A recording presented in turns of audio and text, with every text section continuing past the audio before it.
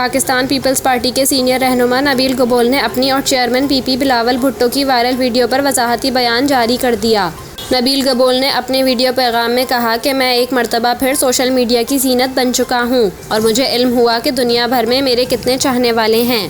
मेरा ईमान है जब आपके ख़िलाफ़ दुनिया उठ खड़ी होती है और ख़ुसूसन जब आपके मुखालफिन इस किस्म की साजिशें करके आपकी बदनामी करें और बेइज्जती करें तो ऊपर अल्लाह की ज़ात बैठी है जो ऐसे वक्त में इस बंदे की मदद करता है और रास्ता निकालता है।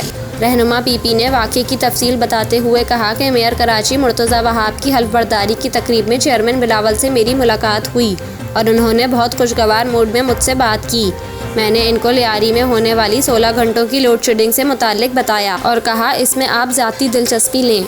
उन्होंने मज़ीद बताया कि जवाब में चेयरमैन पीपी ने यकीन दहानी कराई कि इन्हें लियारी के लोगों का एहसास और दर्द है। अगर किसी ने मुकम्मल वीडियो सोशल मीडिया पर लगाई हो तो इसमें देखा जा सकता है कि बिलावल भुट्टो ने वज़ीर आला से कहा कि के इलेक्ट्रिक के CEO को बुलाएं और मैं कल इस्लामाबाद से वापस आकर मीटिंग करना चाहूँगा। वीडियो बयान में नबील गबूल का कहना था कि इतने में डिप्टी मेयर आए तो बिलावल को खड़ा होना पड़ा, जिस पर मैंने कहा आप ना सिर्फ के इलेक्ट्रिक के CEO को बुलाएं बल्कि सुई गैस के MD को भी बुलाएं क्योंकि लियारी में सुई गैस नहीं है। नबील गबूल ने कहा। इसके बाद बिलावल ने लाइटर मोड में कहा यहाँ सारी बातें नहीं होंगी, बाद में तुमसे मिलूंगा, वहाँ बात करते हैं।